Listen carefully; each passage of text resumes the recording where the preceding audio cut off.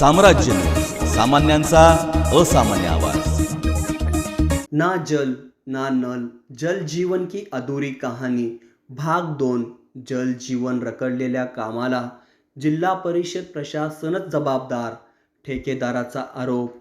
मुदतवाढीसाठी ठेकेदाराकडून प्रशासनाकडून 10,000ची मागणी।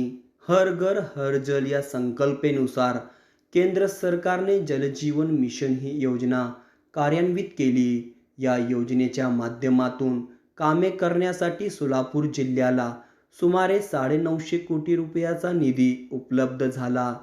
सध्या जिल्ह्यात या योजनेची कामे मोठ्या प्रमाणावर प्रगतीपथावर आहेत, तर काही कामे अद्यापही रखडलेलीच आहेत।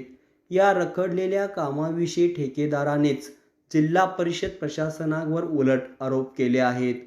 सध्या वाळूच उपलब्ध नसल्याने अनेक कामे ठप्प आहेत, तसेच अनेक ग्रामपंचायतीकडून या कामाला सहकार्य मिळत नसल्याने ही कामे सध्या अपूर्ण अवस्थेत आहेत। सध्या या कामासाठी जिल्हा परिषद प्रशासन ठेकेदाराची बिले वेळेवर काढत नाही, तसेच थर्ड पार्टी इन्स्पेक्शन वेळेवर होत नसल्याने मस्टर मेंटेन होत नाही। तसेच सध्या अनेक कामे ठप्प असल्याने प्रशासनाकडून आता नवीनच शिफारस करण्यात आली आहे। कामाच्या मुदतवाढीसाठी प्रत्येक ठेकेदाराकडून 10,000 रुपयाची मागणी सध्या केली जात असल्याची चर्चा सध्या रंगली आहे। तसेच गावातील कामे करताना पाईपलाईन, विहीर, टाकी आदीच्या कामांना ग्रामस्थांकडून विरोध होत आहे, त्यामुळे अनेक कामे सध्या थांबली आहेत। तसेच प्रशासनाकडून 10 लाख रुपयाच्या कामासाठीही 1 वर्षाचीच मुदत व 2 कोटीच्या कामांना तेवढीच मुदत दिली जात आहे। त्यातच सध्या जिल्हा प्रशासनाकडे कर्मचाऱ्याची कमतरता मोठ्या प्रमाणावर असून जिल्ह्यात सुरू असलेल्या 800हून अधिक कामे पाहण्यासाठी म्हणून फक्त 25 शाखा अभियंते कार्यरत आहेत। तसेच नाबार्ड, एसटीच्या यांच्याकडे तांत्रिक पर्यवेक्षण व देयक अदा करण्याची कामे आहेत, मात्र त्यांच्याकडे कुशल कर्मचाऱ्याची कमतरता आहे।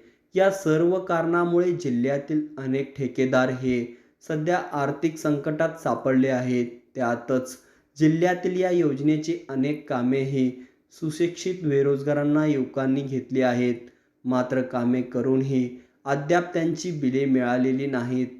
संबंधित काम पूर्ण झाल्यानंतर त्याची बिले आवक जावककडे दिल्यानंतर 15 दिवसात मिळणे आवश्यक असूनही जिल्हा परिषद प्रशासन वेळेवर बिले अदा करत नाही। ठेकेदारांना कामे करत असताना विविध राजकीय पुढाऱ्याकडून त्यांचे कामे अडवले जातात आणि त्यांना विलंब होतो, त्यामुळे कामे अपुरे राहतात आणि जिल्हा परिषद प्रशासनाकडून दिलेली मुदत ही संपली जाते। त्यामुळे ठेकेदार हा दोन्ही बाजूने कात्रीत सापडल्याचे सध्या दिसून येत आहे।